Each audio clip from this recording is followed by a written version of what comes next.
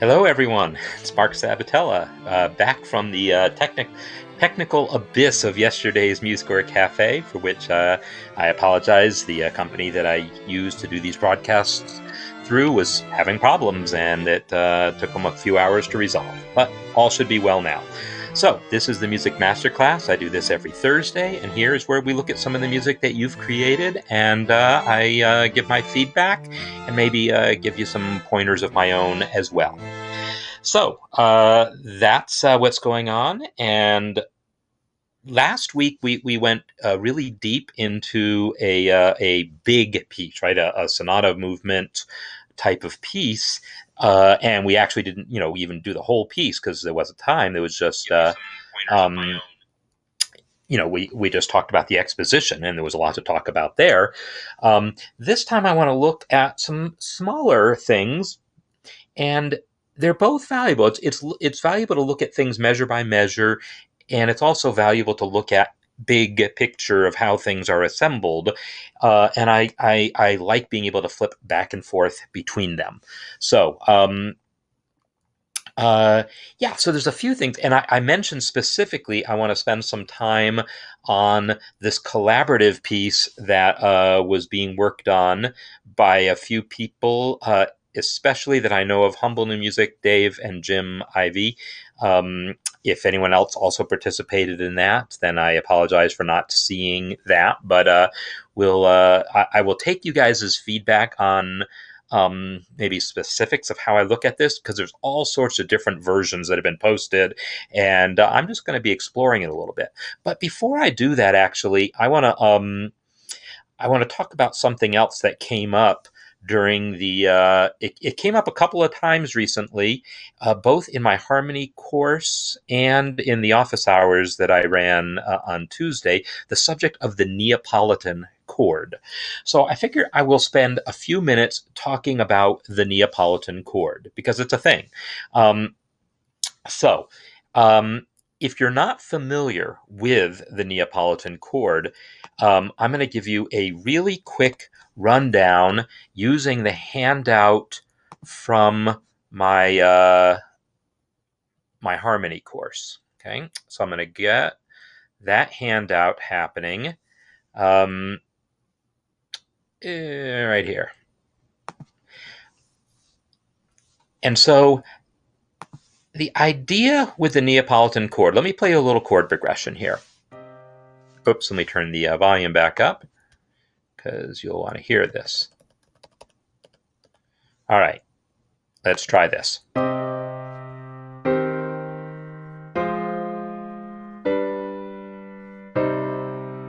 So this is a very simple little chord progression. You see it's got the minor 1 chord, the C minor chord, and then I move it into first inversion just to kind of have the bass lines move upwards, because I'm eventually coming to F minor, the 4 chord, and then from there to the 5 chord, back to 1. So it's really 1 to 4 to 5 to 1. And Colleen is asking, Neapolitan sixth. Yes, it's called a sixth chord, not because it's a sixth chord in the jazz sense of a triad with an added sixth, but because the chord is typically used in first inversion, which is this notation that we use in Roman numeral analysis of putting a Roman numeral with a number 6 next to it to indicate that that's first inversion. So this here is the 1 chord in first inversion, and I mentioned that that's there only to make that bass line, so the bass line doesn't go C, F, instead it goes C, E flat, F, right? It's not stepping up, but it's stepping from the E flat anyhow to the F. So this 6 indicates first inversion, but the Neapolitan is going to be a chord that I'm going to replace this F minor chord with. So look what happens. I'm going to play it first as is again.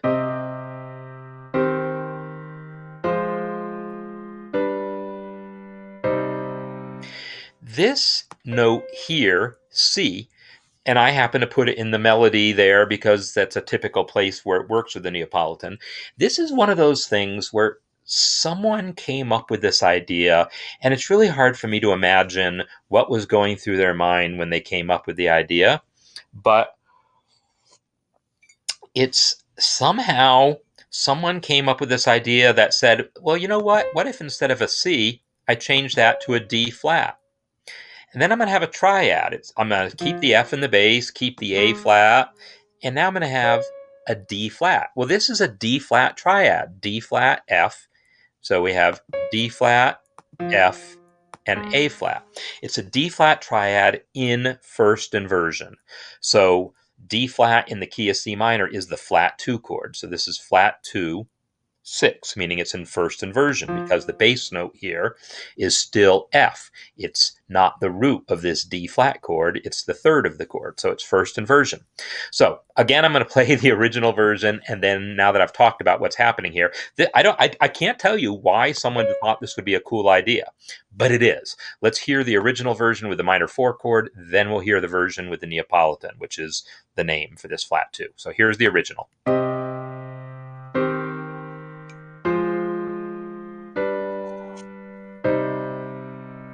Okay, now here's a version with that D flat in there.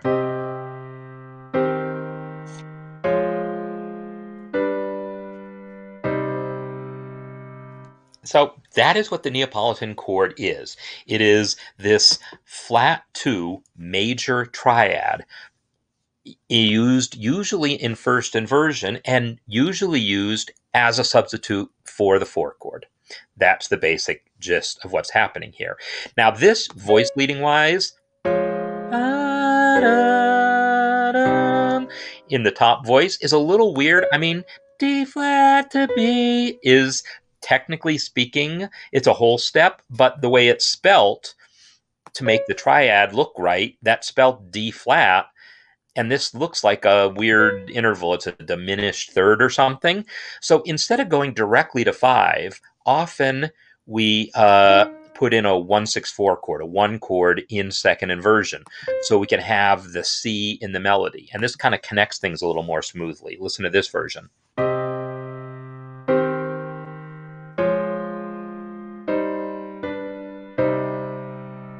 So this is what the Neapolitan chord is. It's just a fancy name for that chord, this flat 2, this D flat chord in the key of C minor. And it's usually used in minor keys. I think I have an example of the same progression in a major key, just so you can hear it.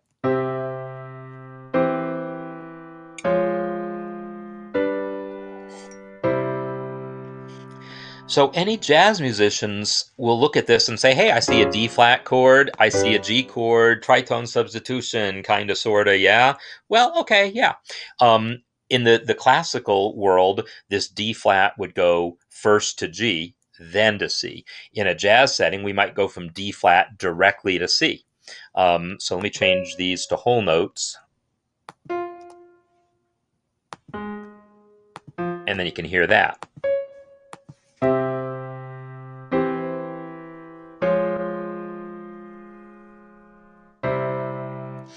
So that's not exactly how the voice leading would work and everything, but this is related to the concept of tritone substitution. I would say if you really want to get more into what tritone substitution is about in jazz, it's more related to what's called an augmented 6th chord in classical harmony. So again, this is all covered in much more detail in my harmony course, but since it came up on several occasions, I wanted to talk about it. So I've said what it is. What I haven't said is what is it good for? Well, it's good for just creating some interest, creating some extra chromaticism in your music. But the problem is that this D flat, that's never in the melody. If you're writing a melody in C minor, it's not normally going to have a D flat in the melody. So if you look at it this way, you're going to have a hard time finding an opportunity to use the Neapolitan if you're thinking of that D flat as having to be in the melody, because most melodies aren't going to have scale degree flat 2. But in minor keys, at least, scale degree flat 6 there, the A flat, that's going to be a common melody note. So will scale degree 4. So if you've got a melody that involves scale degree 4 or scale degree flat 6. And flat 6 won't be as common in a major key melody. Again, unless you are writing the melody and want to plant that note there, just like you could plant the flat 2. But scale degree 4 is going to happen pretty often. So in principle, we can make that happen anytime we have kind of a 4 chord going to a 5 chord in which that scale degree 4 is used. So I'm going to create a little melody here. It's going to look like my favorite Mary Had a Little Lamb, but it's not going to be Mary Had a Little Lamb because so this is going to be my melody, and the chords I'm going to put on it is going to be a C chord, and then I'm going to put an F chord, and then G7, and then C. Okay, let's listen to this. I'm going to slow it down some, okay?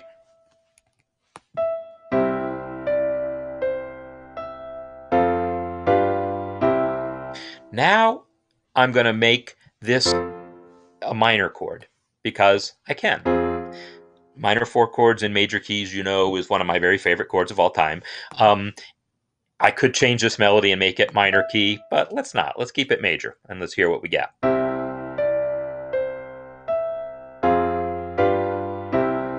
Okay, so now we have our minor 4 chord. But what if we want to use a Neapolitan? Well, in principle, it's going to work. I'm going to put a D flat chord with an F in the bass.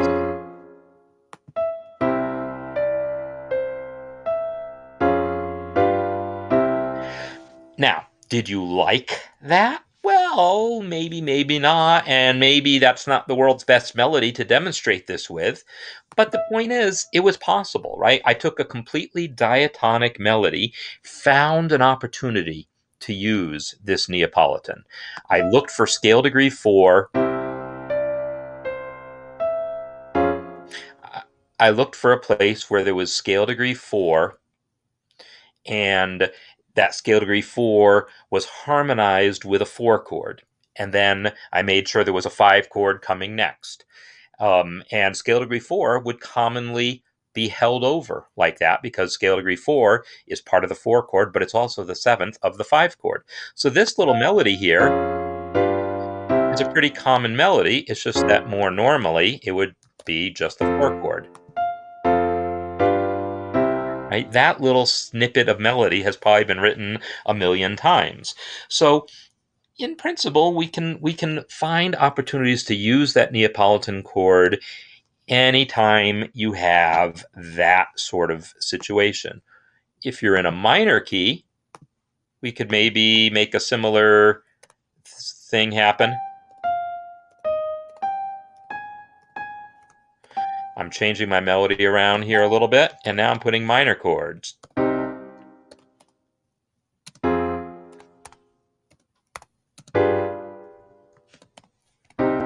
Actually, I'm just going to call this G7. This A flat here is the flat 9. So I have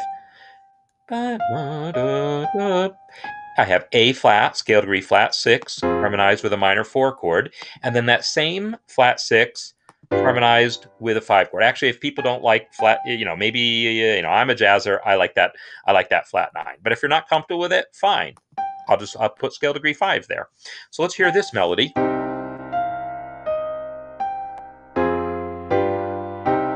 Yeah, I like it better with the A flat, so I'm keeping it.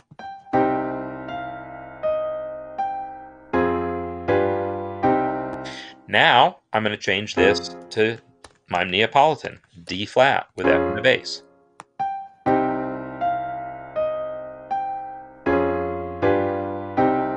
So there you have it. There was a way of getting the Neapolitan with scale degree flat 6 in the melody. So Dave was saying, is there a scale degree? Well, the thing is, the Neapolitan chord is a D flat major chord. It's a flat 2 major triad. So it consists of scale degree flat 2, scale degree 4, and scale degree flat 6. Those are the notes that are in that triad. So those are the notes to choose from. Yes, if your melody happens to have scale degree flat 2, well, then the Neapolitan's like a no-brainer. but the melody is not normally scale degree flat 2. People don't tend to write melodies featuring that note. We tend to write melodies that are more diatonic, or if there's accidentals, it's not that one, not featured in a way that would work here. But scale degree 4 in both major keys and minor keys happens all the time in these kind of 4-5-1 cadences. And in minor keys, scale degree flat 6 does also.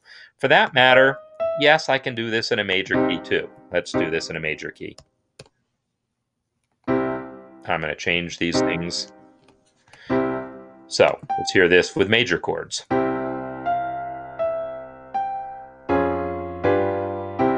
So you can totally do that. It's a very rich sound harmonically, right? It's not one that every song in the world is going to benefit from, but it's one to kind of look out for. What you kind of hope for in this kind of situation is it's a spice like, I like making cooking analogies. This is a very, very strong spice. This is saffron or something like that, or just a tiny bit of it entirely transforms a dish, and now you taste saffron. So it's not going to flavor the whole piece, but it's going to very strongly flavor that one measure anyhow. So it's more like, you're cooking and you're tasting something. I think this would taste good with saffron. How do you know that? I don't know. You just do. If you're a cook who, like me, likes to kind of improvise while you cook. Or how do you know a dish needs salt, for that matter? Salt's a more ordinary thing, but how do you know something needs something a little unusual? I don't know. You just do. It's because you've tasted these things before and something in your brain makes this connection. So you've tasted saffron before, something in your brain says, I think saffron would taste good right now. Similarly, you've heard a Neapolitan before, or now at least you have, and something in your brain tells you it might be welcome. So, so Rod, that is absolutely the deal with the Neapolitan. It is about substituting that flat 2 chord for 4. In the chorus and stuff, I also mentioned that, well, the same is true of scale degree of the 2 chord, right? The diminished 2 chord.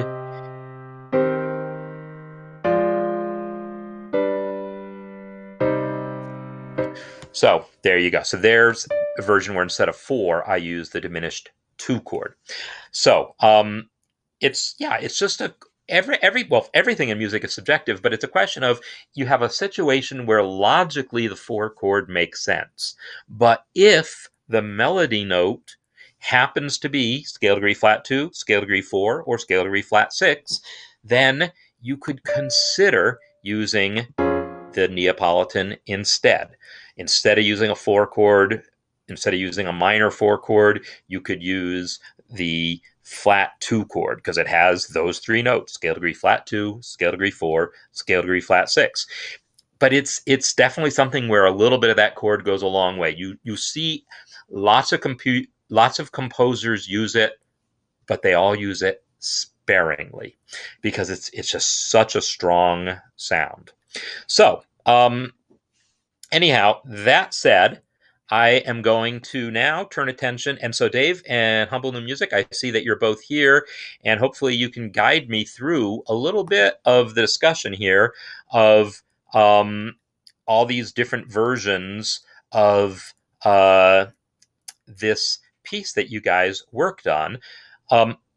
Before I bring it up, though, I want to bring up one piece that someone wrote, Bernard, who is also here in the in my office hours on Tuesday, and he did this this reharmonization of Londonderry Air, which is the melody that most of us know as Danny Boy, because those were the lyrics that were added later. And he used a lot of the techniques that are taught in my harmony course, and used pretty much everything in it except the Neapolitan, because the Neapolitan is the one that's hardest to use. And let's hear it.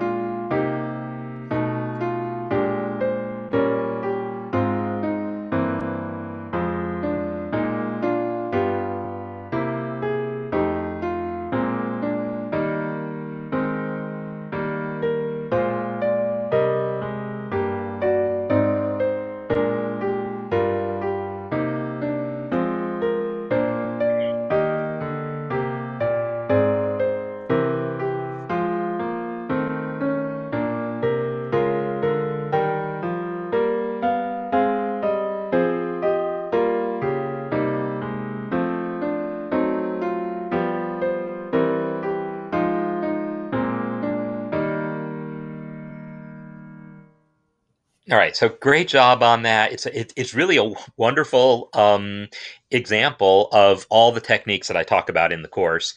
He's used secondary dominance here. He's used the actually, does he even have a borrowed chord? Does he really have that minor 4 chord happening here? I'm not so sure that that one is even in there, which is odd because you would think that I would like hone right in on that, but I don't know that that's in there, but it's certainly got a lot of other stuff, right?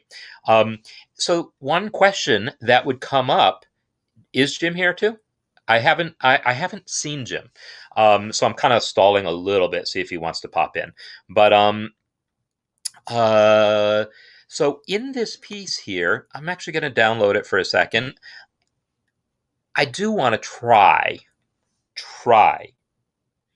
being the operative word because I have no reason to believe it's going to sound good. But I just want to see what would happen if I tried to insert one of these Neapolitans. Okay, so I'm going to load that score. Mm-mm.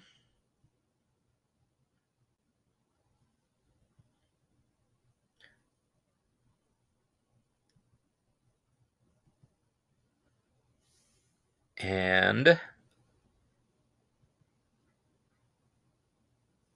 okay, so what I'm looking for are places where it's basically 4-5-1, or I will settle for 2-5-1. And here's one.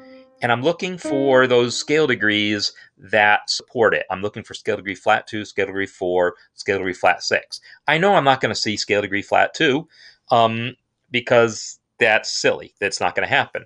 Scale degree flat 6, I'm not likely to have either because this is a major key song and it doesn't really do any of that. So I'm going to try to find scale degree 4 used in a place where I can use it. And so scale degree 4 is going to be an A flat. So I am looking for places where I see kind of cadences, 2-5-1s, 4-5-1s that involve A flat in the melody. And the problem is I am not seeing any.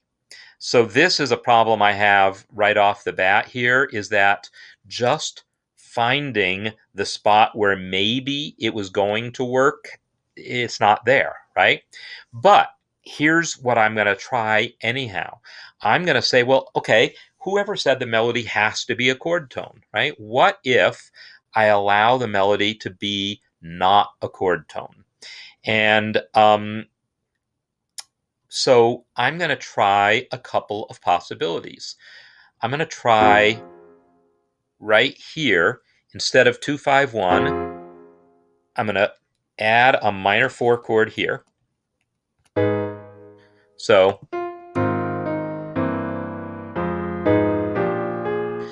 that's too fast for me to really pick up on what's happening. So I'm going to slow it way, way, way down.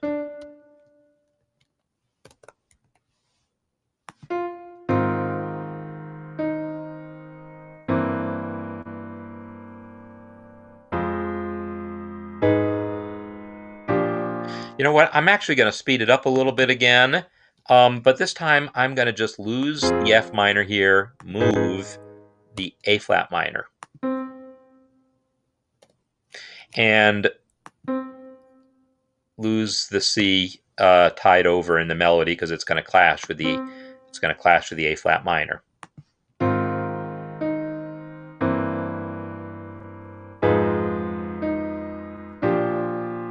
Okay, so it potentially works a little bit there. I'll speed it up a little bit again now.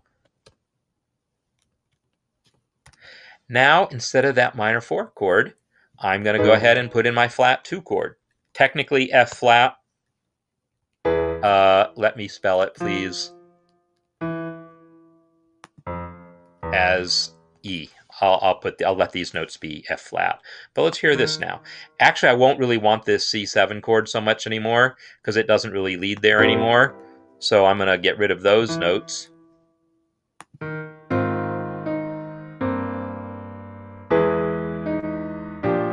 Yeah, this note here kind of clashes with that E chord. The E flat clashes with the E. Again, to a jazzer, we say major seventh, and maybe we get away with it, but maybe we don't. So, there's certain notes that are going to kind of destroy this. And so, this idea that there's, only certain melody notes that are going to support it and certain melody notes that are going to really kind of kill it. This is why it's hard to use the Neapolitan in a song that wasn't originally designed to support it. So it's just going to be it's going to be a challenge to find opportunities to use it, but when they show up, they are there. So anyhow, that's what I'm going to say. So anyhow, I wanted to, since it came up a couple different places in recent discussions, I figured I'd spend a few minutes talking about it and talking about that piece, which I mentioned managed to work in just about everything except the Neapolitan. All right, so now we're going to flip our attention to all these different versions. And I'm not going to load every single version of them because there's not time for that. So the original version of this piece, I'm going to go ahead. I have it, but I don't know if you've updated it, so I'm just going to download a new copy of it to be sure that I have the right version. But I want you to tell me if there's particular versions of all the ones that have been worked on since that you would particularly like me to look at. But what this is 6 measures of music. And so when you first posted, I was like, okay, that's 6 measures of music. Not much going to come of that. And this ended up being this like epic thread of 130 comments, including all these different versions of the rearrangements of the piece, changes to it, and so forth. So let's actually hear the original version of the piece.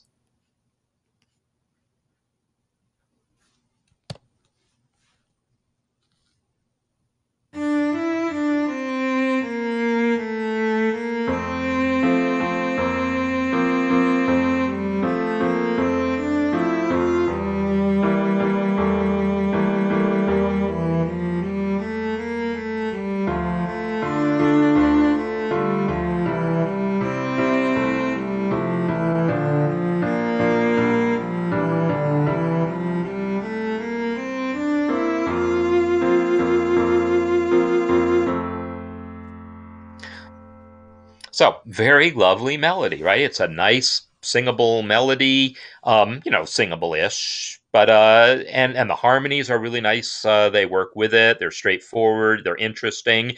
There was a number of comments that came up about specific voicing choices, specific chord choices used in the original version, but most of the direction of where it went had more to do with the orchestration, not so much reharmonizing it or anything, but using different arrangements of a thing. So I'm looking to see if anyone wants to comment in the chat about specific versions you want me to bring up. But I'll tell you which ones that I know. I want to see Jim's cello and orchestra version. I think that's the one. So let me bring this guy up.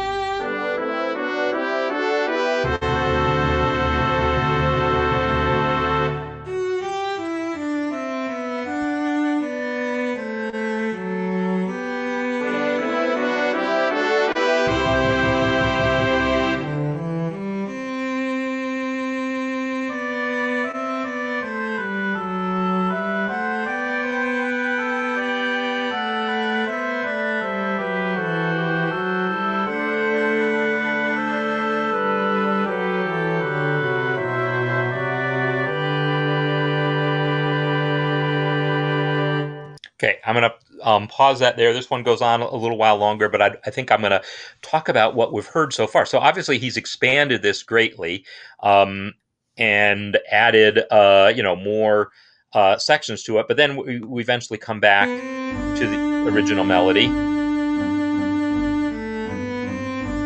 with the original pizzicato accompaniment.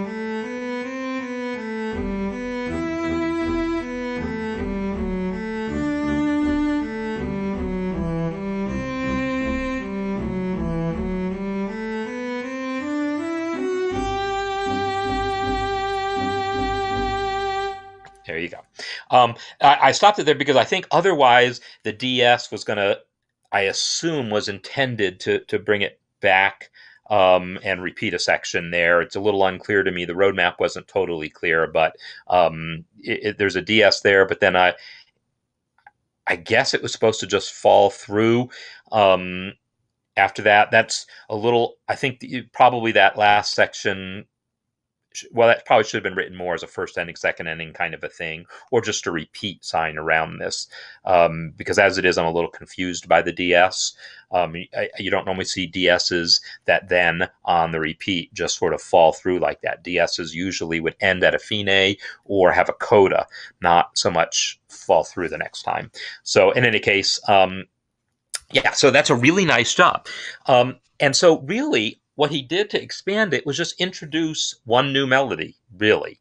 I mean, this here, so, letter A here is the original 6-measure melody, and then he just repeats it, right? He doubled the length of it, right? So it's, instead of 6 measures, it's written as 12 measures because he cut the time signature in half. But it's the exact same original 6 measures. And then he repeats it at letter B, but this time it's harmonized, right? Where does letter B go? Let me re-download this version again, making sure that I have the most recent version. Because I do want to talk about a couple of things that happen in here that are really good. Okay, yeah, so this is the version 2. I have version 1 on there already. So he must have made some corrections, some alterations since the last time I downloaded that.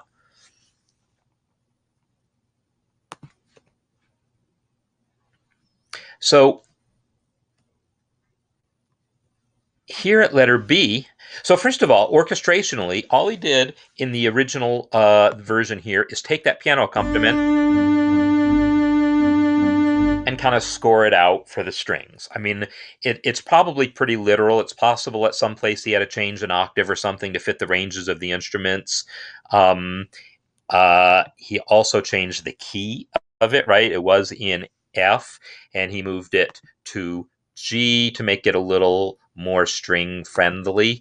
Not that key of F really would have given string players fits. It's only one flat. The string players are fine with it if they're any good. But yeah, G, so much the better. And it might have potentially helped a little bit with the range. Like I see things like this passage here.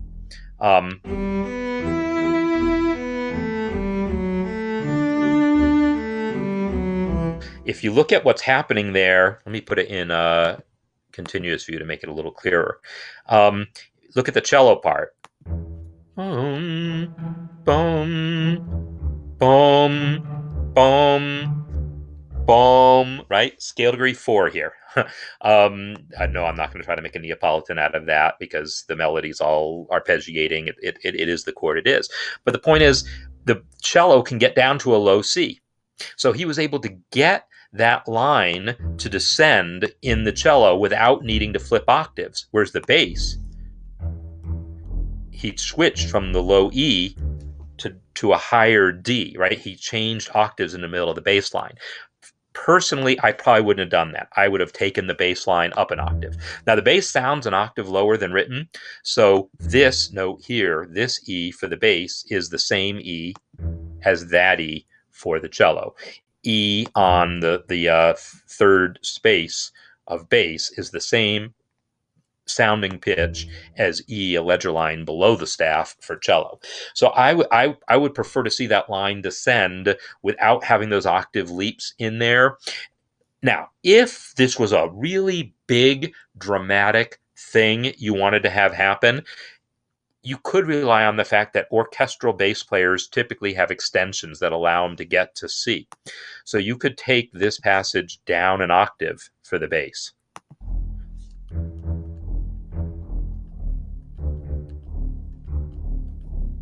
Right, that low C is playable by most orchestral basses because they have an extension that allows it. So, yeah, and the ending is exactly the beginning. Yeah.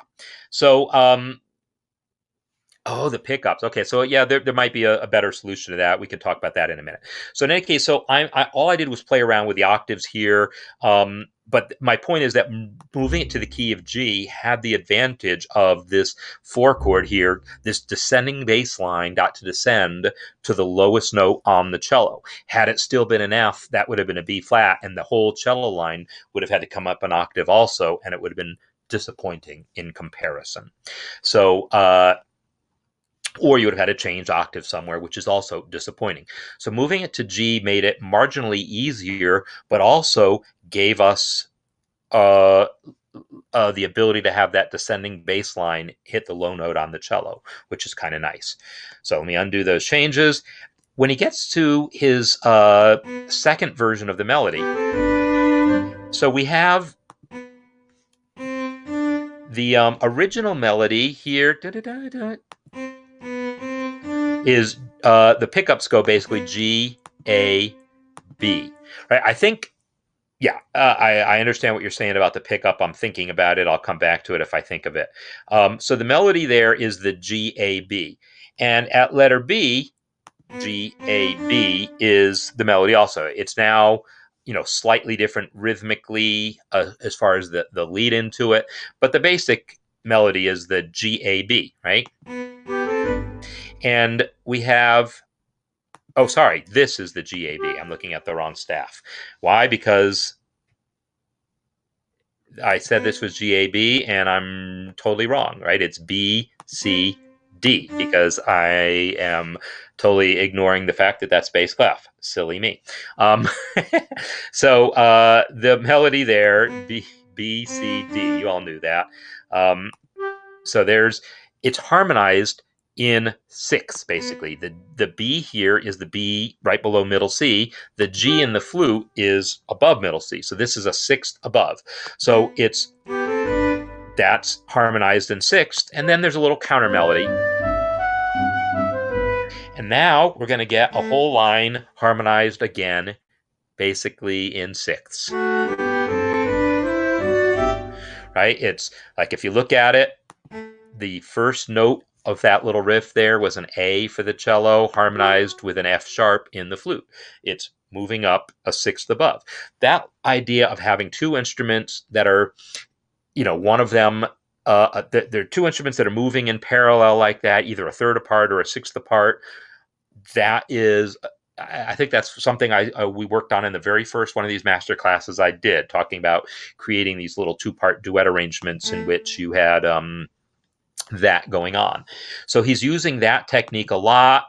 There's places here it's actually a 10th, right? It's F sharp and then A, an octave and a 3rd above that. Same thing though, moving in 3rds, moving in 10th. Now there might be certain places where to fit the chord, you actually want the interval between the two notes to be something else. You want them to be a 4th, you want them to be a 5th. I didn't actually pay attention to where that might happen, but I would have to assume there's somewhere. I would have to assume there's somewhere, and you might want to fill me in, Jim, if you remember doing that somewhere where the notes are actually a 4th or 5th apart to fit the chord. Because I would assume if the root is in the melody and you're trying to put a harmony part above it, well, you're either going to use the 3rd of the chord or the 5th of the chord. The 5th of the chord is a 5th away. So I say most bass players, most orchestral bass players, actually many jazz bass players also have the low C extension, but you can't depend on it. You definitely can't depend on it. But it's all right. You write it and they'll either take it up an octave. They'll figure it out. They're not idiots. Bass players will figure out.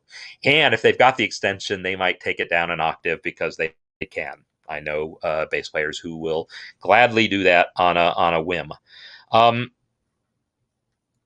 Okay, so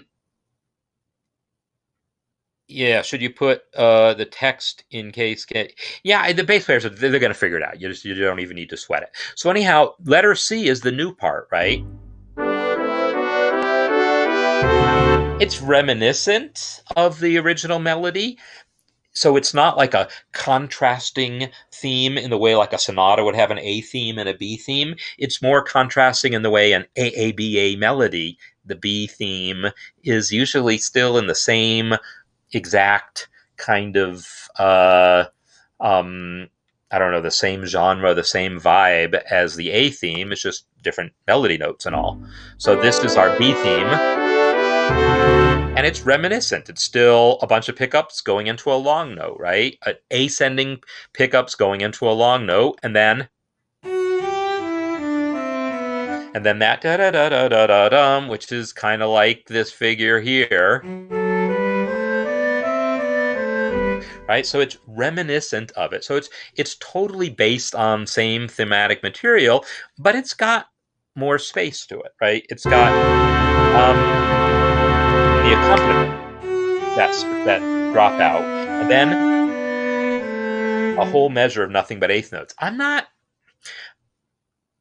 as enamored of that eighth note measure. It feels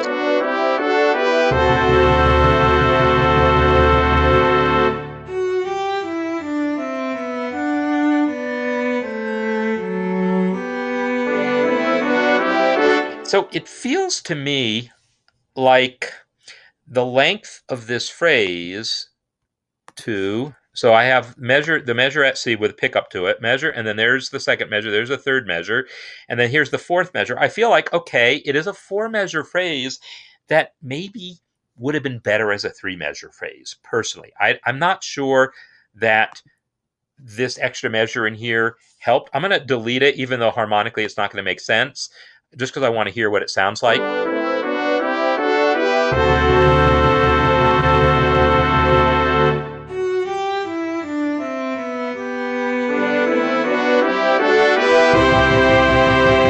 I don't know that I like that better, but I guess the point is there was something about the balance of this, of how much motion there was and then how much empty space there was. I like the contrast, but the balance felt a little off to me. So that's something that I would be looking at in this secondary theme here, if there's something else to be done in some of those holes. And then there's some like contrapuntal stuff going on here that I like, where, because the entry of the oboe feels like it's going to start doing, like I was ready for it to do something that was more contrapuntal, because it actually ends up after that eighth note, more parallelism, and then more parallelism. But then the oboe does continue with sixteenths, while the melody instruments there have the sustain note, and then we have the clarinet doing some quarter notes. So there's definitely more contrapuntal interest in this section. I like it a lot, yeah, I like it. So the thing is with the pickup there, there is absolutely nothing that I can think of that the DS accomplishes that a repeat sign wouldn't have. I mean, if we just put a repeat sign here, it's identical, isn't it? Am I missing something? Am I missing some? Whoa, repeat. Why am I not getting a repeat? Did you do something funny to those bar lines? Double bar line. Let's reset it. Add the repeat. Okay, I guess I had to reset the double bar first, otherwise it wouldn't take the repeat. That's weird. I don't remember that being the case, but it might have had something to do with how it got into that state. I don't know. But to me, this is identical and makes more sense, because I'm used to repeats falling through the second time, just not used to the DS falling through like that. So in any case, yeah, so this really, by just the addition of that B section, that secondary theme, and then repeating the A section, and then repeating it again at the end. So overall, our form here ends up being A, B, and then repeats another A, B, and then a final A. So with really just 6 bars of music that, okay, he rewrote so that it's 12, but it's really 6 bars of music, and then another, I don't know how long that middle section would have been in the original scheme, maybe another 8 measures. The whole piece ended up as a 4-minute piece, and with a lot of, with repetition used effectively to restate something and help it lodge in the brain and help it, I don't know, gain the weight that it should have. And yet the repetitions sometimes are literal repetitions, but other times was changed orchestration. I'm personally a fan of changing orchestration more often. I typically don't use literal repeats that much. I don't know. I have a slight bias against it and always look for subtle changes to make so that the repeated section isn't exactly repeated, but has something else different, not as significantly different. Like the difference between this section, right, that section and this section that's a huge difference, right? It's got that whole secondary flute part. I'm not talking about that. I'm talking about a subtler difference that I would look at doing rather than a literal repeating the material, but with something subtly different. Not sure what it would be. So yeah, that's a nice job of taking that piece and expanding it. I did want to make a couple observations since I was talking about harmony earlier, and I love talking about harmony. There's a couple things. One thing I mentioned, and then something else I didn't mention earlier. All right, so this is an F chord, right? We have a 1 chord. This chord here is a chord that in the jazz pop world we would call a sus chord. F, B flat, and C. 1, 4, 5. And it is a sus chord, but it is not a suspension. This particular chord didn't result from this B flat being held over from a previous measure. So although some sus chords result from that, an actual classical suspension in the sense of that B flat, that scale degree 4 being held over from a previous 4 chord, this one is more, this is a neighbor tone. This is a neighbor. We have scale degree 3, 4, right? So we have that 4, 3, 3, 4, 3 happening in there. And the same thing at the end, though. At the end, it is a suspension. So we have B flat as part of our C chord. It's the 7th of our C chord, B flat. So here the B flat was held over from the previous chord, then finally resolves 3 beats later, 2 beats later. That is an actual suspension, but the name for that chord is still just sus. It's called F sus. In the type of music in which the sus chord is used, I would say it's more commonly used in the setting where it's basically a note left over from the 4 chord when we encounter the 5 chord. In other words, it's the 5 chord we more commonly encounter as a sus chord, and then it resolves to 1 eventually. This use of a sus chord on the 1 chord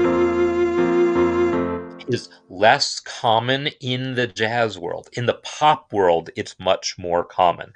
And so there's definitely a pop sound to this. There is not, and it's not used at all in the classical world like this either. So it takes it outside of a classical world, puts it in kind of a pop world. Also, this descending chord progression,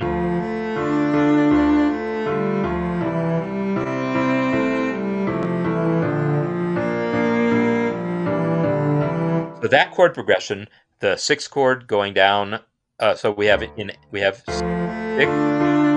going to 5, going to 4. That little chord progression there is also that descending, triads descending diatonically in parallel like that, is also kind of a pop-ism. So by the way, Jim, I see your comment about the space is being off. The second time is shorter, but I'm not I guess I'm not seeing it. I'm not understanding. Like literally, there should be, like, if you generated MP3s of these and compared them in Audacity, they'd be identical. There should be literally no difference between the repeat here versus a DS. I can't think of any possible way it'd be different. But let me just listen. I'll start here.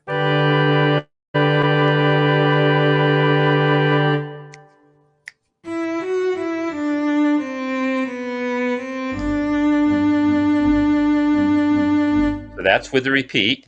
Now I'm going to undo those changes and make it back into the DS.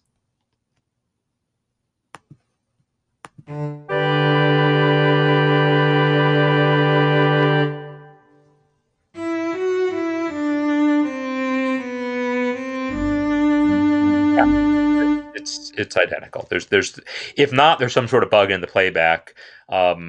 Maybe having something to do with that double bar. I can't really say, but in any case, that should be identical. All right.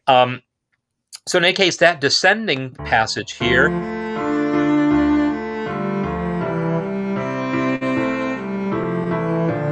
That passage there is, again, a very pop thing. And one of the reasons why you don't see that as such in classical music so much is that it's guaranteed. Well, I shouldn't say guaranteed. It's extremely likely to give you parallel fifths. You're going to have your bass line moving in step. D to C to B flat, right? Meanwhile, you've got another voice going A to G to F. So you're going to have parallel fifths. If you're taking that exact same triad voicing and moving it down in parallel, well, root position triads moving in parallel guaranteed parallel fifths. And therefore, that's why you don't see it in classical music, and therefore why it's more of a popism to do that. It's a very natural thing to do on the piano if you're sort of improvising your accompaniment. It's a very natural thing to do on the guitar, where you just sort of slide a chord shape up and down the neck. But if you're composing music and working out the voice leading, you would find ways around that. So one thing I could do is, instead of literally taking that same shape, I could say, well, what if I don't really need that. I don't really need that. I don't need the G. I'm just going to take it here. I'm going to take both these G's up to C.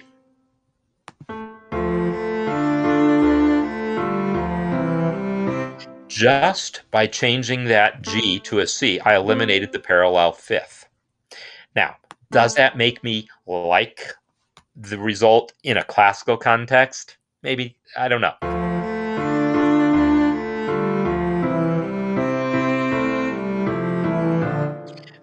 But in any case, those are some of the things that a classical composer would be wanting to think about to try to make it sound like it's of that genre as opposed to of a pop genre.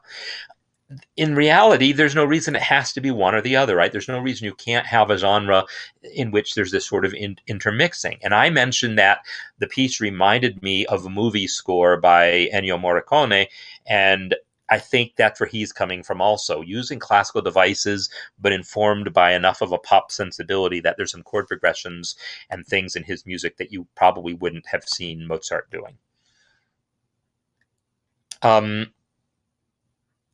Yeah, so I don't think there's anything wrong with the pickup. I really don't. I really just don't see your DS. As I said, it came out identical either way. So the thing is, it's a fine pickup. It's a fine pickup. It's a long pickup, but there's nothing wrong with it. The point that I had made about it is, notationally, this makes way more sense to me if everything were written twice as long. So I'm going to select everything and cut and then paste double duration. To me, this is more how people are feeling it. Well, I have to double the tempo. That's the other thing, is we don't feel tempos of 40. There's a kind of a rule that sometimes you'll hear people say, don't write a tempo that's slower than your heartbeat. it's not that music can't go slower. It's that we're not going to count it that way. Naturally, our brain is going to want to subdivide it for the purpose of literally playing it. So we can tap our foot and feel the rhythms. So double the rhythm.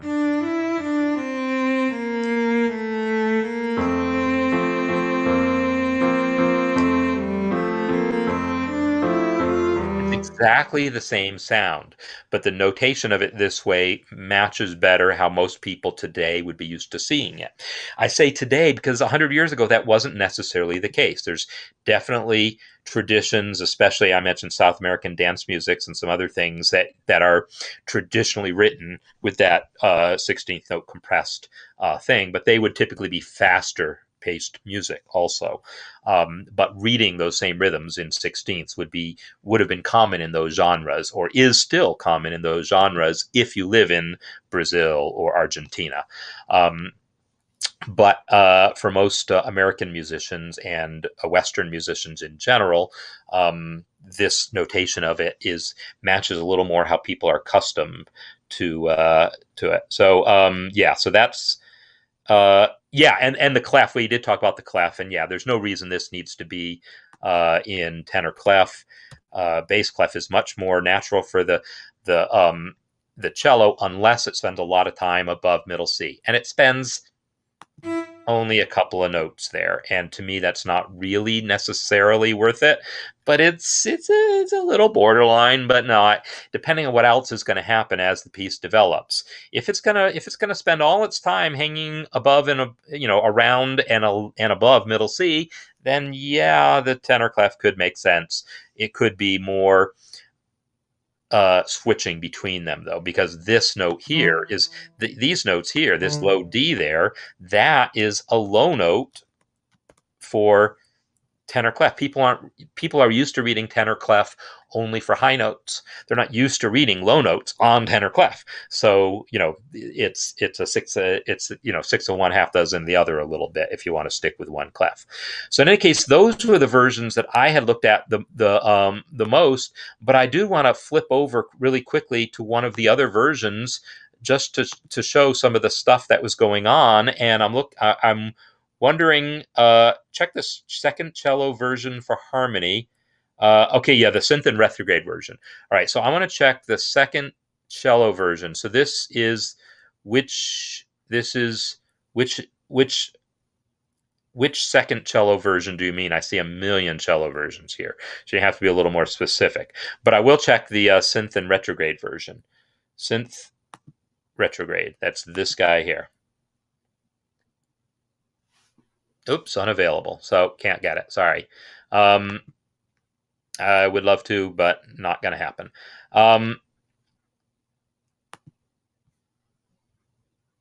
You gotta make it. You gotta make it unlisted and give me a secret link, or you got to make it public. So maybe this is the second version. You mean cello and piano second version? Let's see. It's got different. This is just bass clef.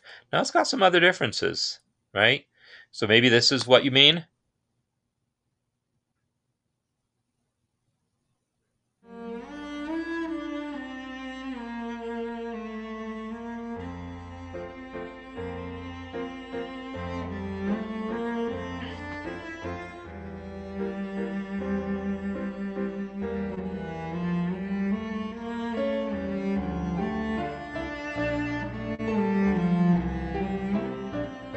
Nice.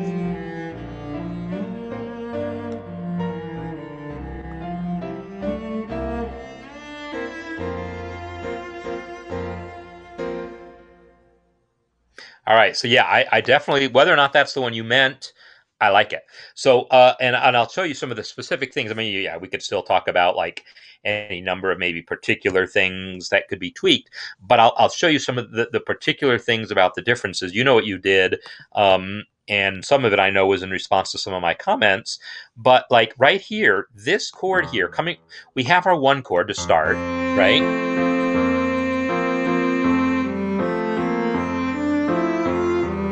This note here, the G against the E, my brain initially hears that as a 5 chord. So I'm expecting a C. And you actually give it to me on beat 2. When you give it to me on beat 2, though, I no longer, because I've already heard the B flat, you've already established more of an E diminished sound. Had you right off the bat told me about C's, then I would be hearing it literally as a 5 chord. Right? That would be the 5 chord. So as it is, you're not turning it into a 5 chord, but you are doing the other thing that I mentioned that I kind of might want to hear, which is hearing this 7 chord not as a diminished triad, but as a half diminished 7 leading to 5. And one of the things that would do it for me is if instead of a C here, you gave me a D. That D is the missing 7th there, and then the C sharp here is what's allowing me to hear the A chord. So I'm hearing this as 7, E, half diminished, and the C sharp is now suggesting to me an A7 chord. I don't have the actual A in it, so okay, technically it's a C sharp diminished chord, but whatever. It's giving me that sense of 2-5-1 into D minor, E half diminished to A7 to D minor. It's giving me that sense with some, notes omitted from the chords so that it's not exactly that, but it's giving me that sense. So to me, it was an improvement over the plain diminished chord that you originally had.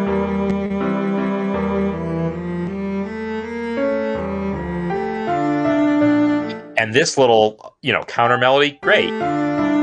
And that counter melody instantly also, it changed the harmony in a way where I don't hear, right, that whole parallel, that whole triad descending in parallel root position triad. It's not the case anymore, right? It's still a root position triad, D to B flat to C to A, right? It's now a, what the heck is that? Did you put in an invisible accidental?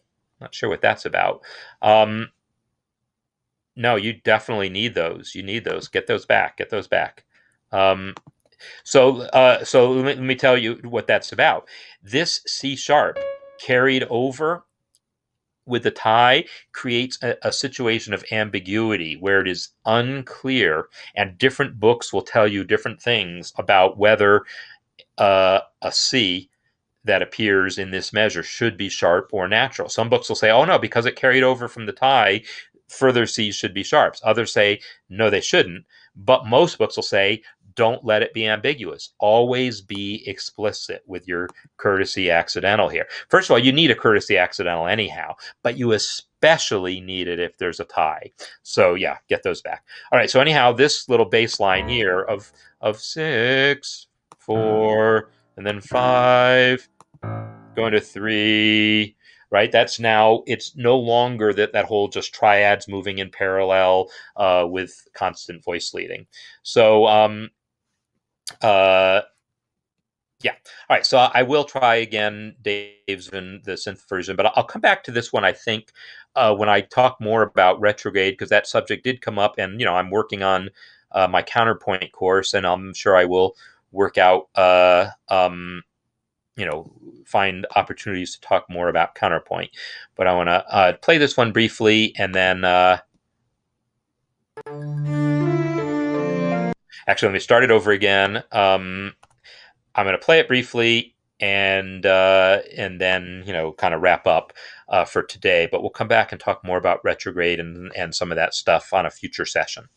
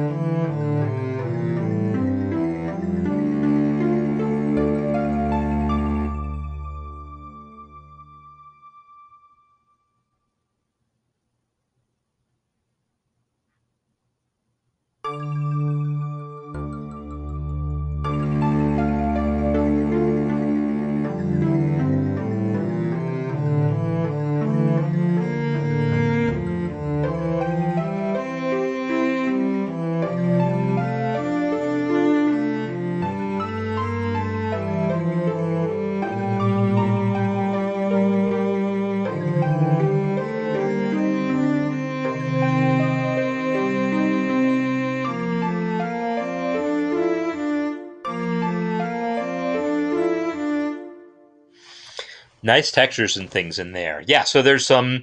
So the retrograde basically means running a melody backward, and you'll want to show me exactly what. Right, the original melody ended with this ascending line here.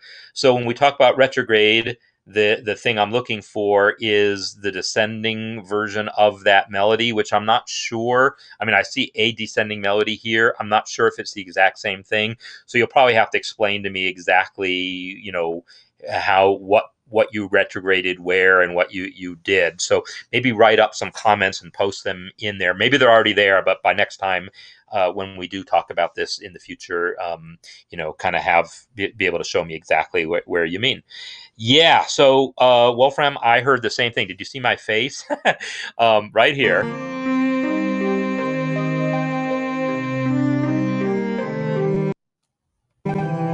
Right there. This E natural here clashes with the E flat we just heard in the synth. Now, it's not to say that dissonance is always a problem, but it stuck out to me because nothing else about the texture here prepared me for that or made it or created a sense in which it sounded like it made sense. So you might, if you're going to use the E natural here, you might figure out what you can do in the accompaniment to harmonize it in a way that's not that doesn't make two people go, whoa, what's that? That as opposed to these hidden fifths and octaves, which no one cares about in comparison, but we heard the E natural, right? So in any case, I look forward to talking more about the whole counterpoint going on and the use of retrograde and all on a future session. But I think what I'm going to do for now, though, is wrap up because I've been talking plenty long. We've covered a lot of territory, and I want to, again, thank people for being here. So thanks again, and hope you got something out of today, looking at what we've looked at, talking about the Neapolitan chord, talking about harmony in general, and then talking about these things that you can do with a melody to, a really pretty melody and things that you can do to build a piece around it. And the really wonderful collaborative work that was done as different people took that same melodic fragment and apply different techniques to it. I love seeing that. Love seeing that happen. So next week we'll be back for the cafe, hopefully with no technical issues. We'll be back for the masterclass. Also remember, all access members, Tuesday is when we do the office hours, and you can come and talk to me more face to face. We had a lot of fun doing that last time, so look forward to seeing some of you next time. And until then, I will see you